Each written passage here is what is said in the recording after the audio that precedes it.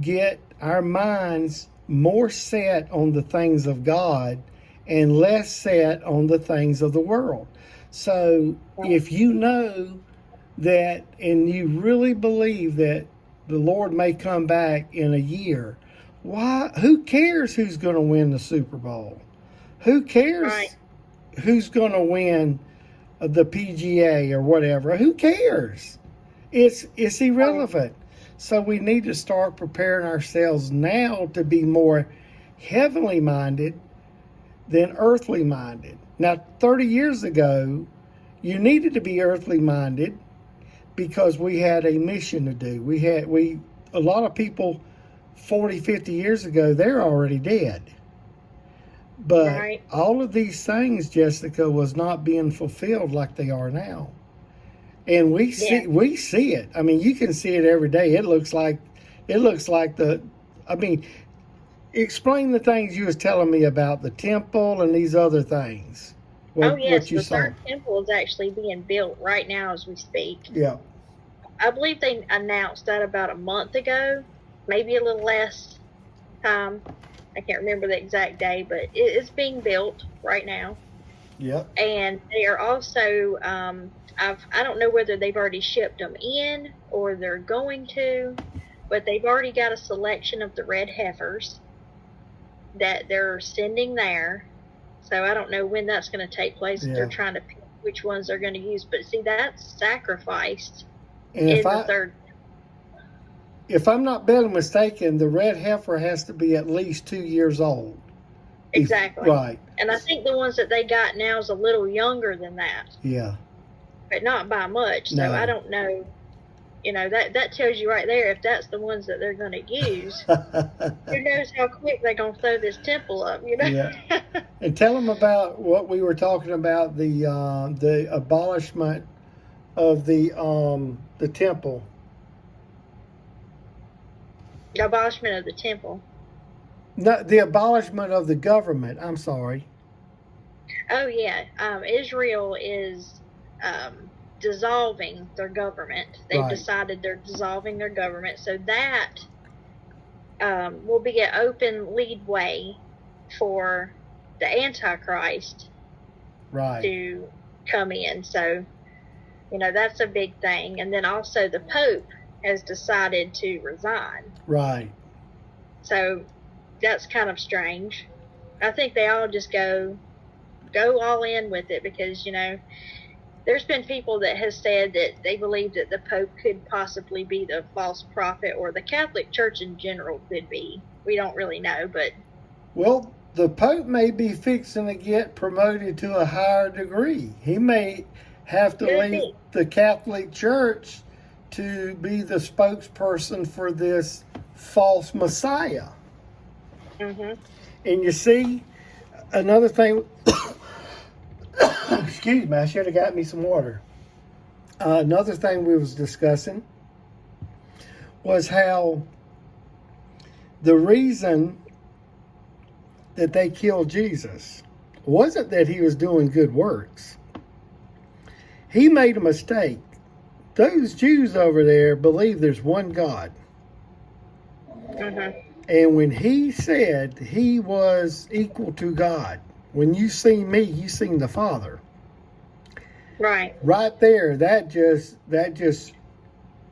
just made them where we got to kill this man because he's lost his mind. Now, I've watched rabbis, like we were discussing, say that the Messiah who comes, we're not looking for a Messiah who's a deity. There's no way a man can be God, is what they say. We're looking for the one who cares about Israel, loves Israel, and will make our enemies lay down their weapons to accept us and allow us. Because, see, they know there's a prophecy that Jerusalem will be a blessing to the whole world. And they know that Jerusalem will be the light to the whole world, and all nations will come to Jerusalem. But they want to do it without Jesus.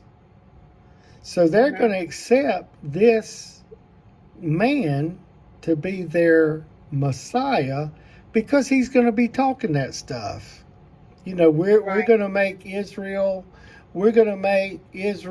and Jerusalem the top of the whole earth. Until that rascal, the Antichrist, goes into the temple with an army, because we all know what happened to Jesus when he claimed to be God. They killed him. Right. Well, when the Antichrist decides he's going to come in and claim to be God, he ain't going by himself. He's bringing an army to make sure he can't be killed. But he also is going to be under the power of Lucifer, showing great and mighty works. Right. But I think about this too. It just popped in my head. Yeah. You know how in the Bible that it says the Antichrist will get, I believe it's a head wound that he recovers from. So what if when he goes to this third temple and declares he's God, that's when he gets this wound? It could happen. And he don't die, and this another miraculous, because whatever happens to him is supposed to, a normal person. Yeah, the deadly wound is healed. Right. Right. So that could be another deception there that will lead people to believe, oh, this really is the Messiah.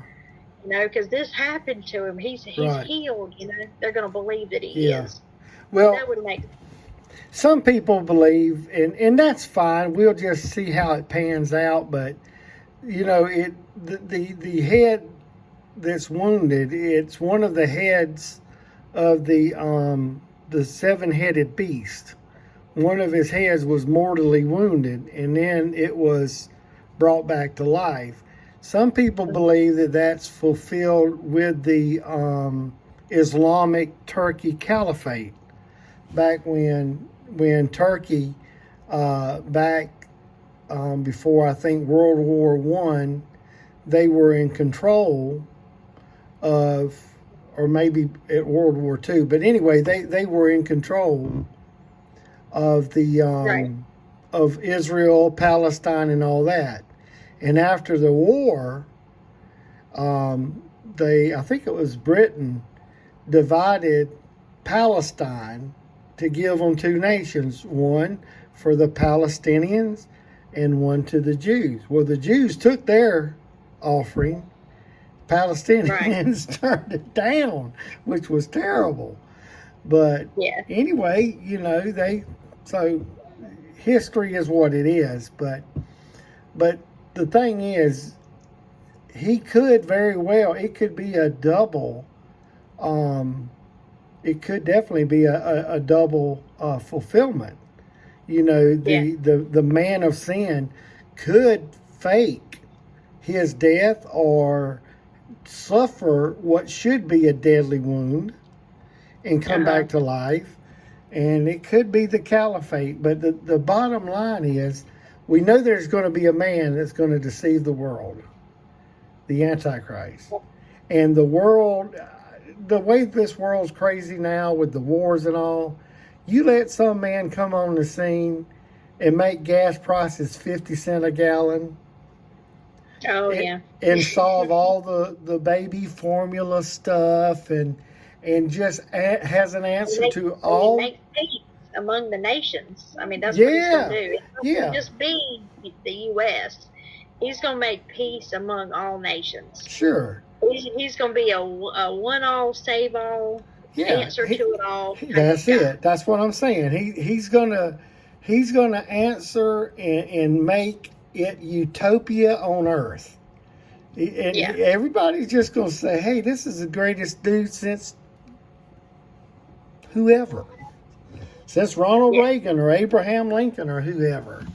But it really kind of makes me wonder, though, because you see, when we had President Trump in, and he did all these wonderful things for our nation, it makes me wonder, when this Antichrist guy comes in and makes everything good, it kind of stumps me as to why so many hated President Trump.